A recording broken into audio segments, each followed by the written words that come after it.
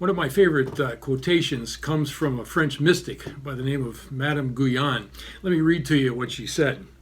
In the commencement of the spiritual life, our hardest task is to bear with our neighbor, in its progress with ourselves, and in the end with God. You know, some of the greatest saints in the Bible have struggled mightily with God. Oftentimes, what God are you doing in my life? What are you doing in the world around me? And if you've been recently a little overwhelmed, if you've been struggling yourself and asking some hard questions to God, you're in good company. Jeremiah, the prophet, Habakkuk, the prophet, Job, the patriarch, David in Psalm 37, when he's asking God about why evil exists in the world, kind of come to mind as great saints of the Bible who struggled with God.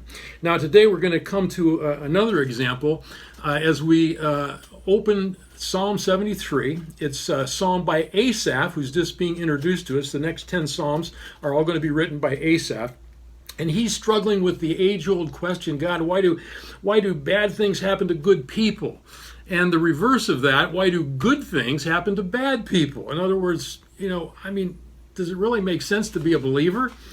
Well, so let me just walk you through this psalm in 4 simple stages. Stage 1, Asaph looks back. Notice verse 1, surely God is good to Israel. Now the psalmist not only believed in God, but he believed that God was a good God. The history of Israel was a record of the goodness of God, and the writer knew it. But here's the rub. Asaph wasn't experiencing that.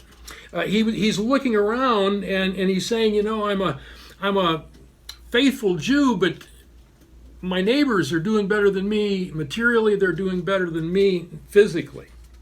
His godless neighbors who had no part for God in their life. So now we come to stage 2, and that's verses 2 through 5.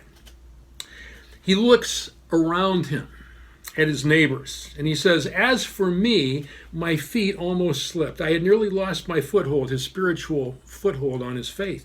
And he said, for I envied the arrogant when I saw the prosperity of the wicked. And notice who he's looking at. He's looking at the godless or the wicked, those who have no place for God in their life, and he's falling into the trap of comparisons. He's saying, I envied the wicked.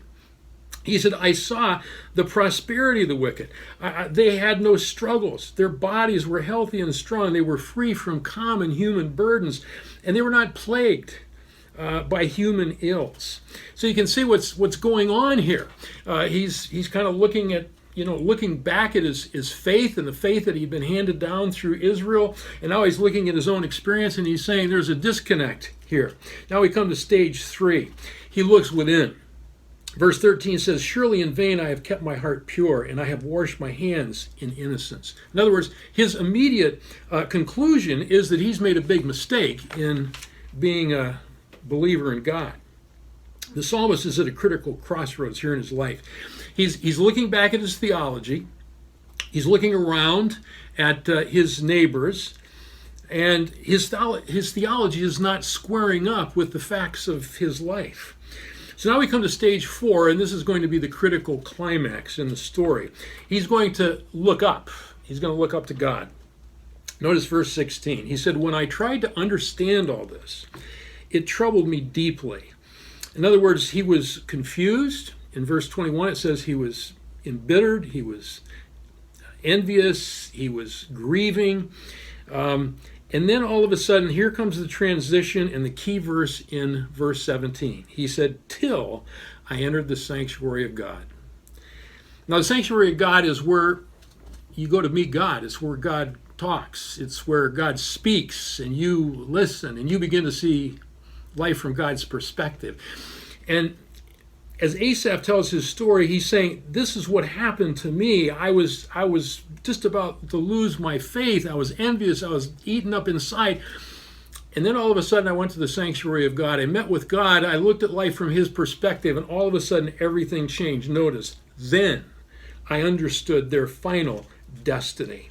In other words, Asaph saw the future judgment of God. And listen now to how the mood changes from his envy to now his certainty of coming judgment on those who choose not to follow God. He said in verse 18, surely you place them on slippery ground. You cast them down in ruin. How suddenly are they destroyed, completely swept away by terrors. Notice, slippery ground, ruin, destroyed, terrors. What a change. Now, this is it's not a lament. It's not a psalm of thanksgiving or praise or a hymn of praise. This is called a wisdom psalm, and you can understand it because there's a lot of wisdom that's packed into these verses. Let me give you just some quick lessons. Number one, it's a reminder that Asaph was not guilty of some gross, overt sin. What he was guilty of was wrong thinking. And his wrong thinking led to all his problems. It led to his envy, his comparisons, his bitterness, his confusion. And because that's what wrong thinking does. Wrong thinking will lead you into wrong living. A second lesson is this. You can have health, wealth, and worldly success, but if you don't have God, you're spiritually bankrupt. You're in trouble.